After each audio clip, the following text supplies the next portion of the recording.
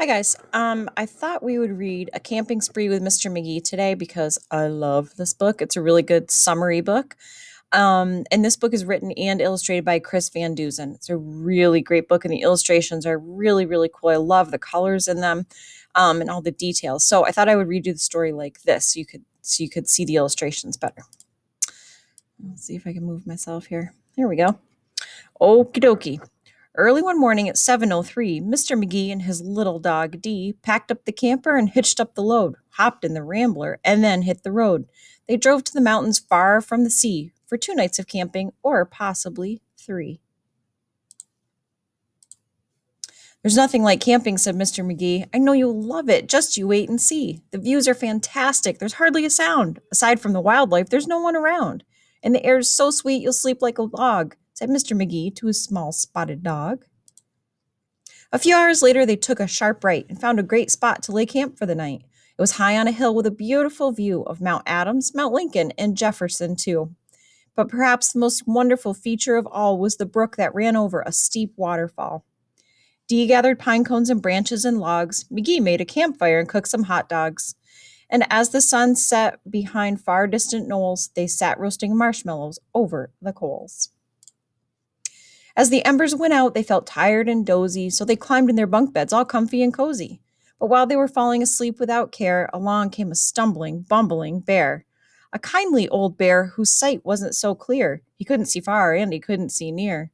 But he could smell marshmallows, sticky and sweet. The smell made him hungry. He wanted a treat. I'll move myself. He sniffed out the place where the marshmallows lay, but the car and the camper were in the bear's way. Yet that didn't stop that sneaky old snitch. He simply tried squeezing right under the hitch. And as he was shimmying into the gap, he pushed up the hitch, which let go with a snap. There it goes.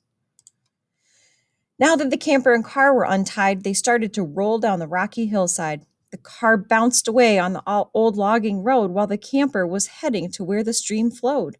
It flew down the hill in a wild, bumpy ride with Dee and Magee sleeping soundly inside. They were snoring and snoozing, enjoying a dream, when splash went the camper right into the stream. The splash shook the camper. They bumped out of bed. Now what in the world was that? Magee said. And when he looked out and saw where they were, his hair stood on end, and so did Dee's fur. They were caught in the rapids, but that wasn't all. They were headed smack dab for the big waterfall. Dee and Magee both started to quiver as faster and faster they headed downriver. But just when they thought they'd fall over the edge, their camper got stuck on a rock at the ledge. So there they were stranded, Magee and his pup, on top of the waterfall, 50 feet up. Nope, there's the bear. Meanwhile, that nearsighted bear from before was searching for one little marshmallow more, when lo and behold, as if out of a dream, he spied something sweet floating over the stream. But what the bear thought was a marshmallow treat was really the hitch and not something to eat. The bear was determined to capture his prize, so he jumped in the water right up to his thighs.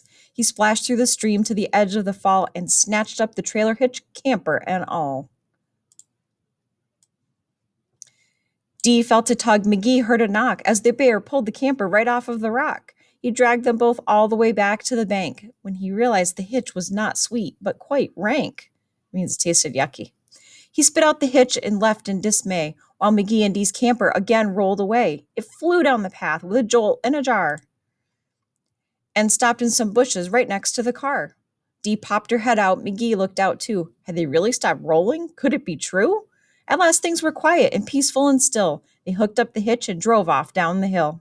And on the way home, Magee said to Dee, "That trip wasn't quite like I thought it would be." So when they got home with the sky turning red, they decided to camp in the backyard instead. Oh, I love that. I hope you guys really like that book. And I hope that I will see you guys very soon and you have a great, great summer. Miss you. See you in the fall. Bye.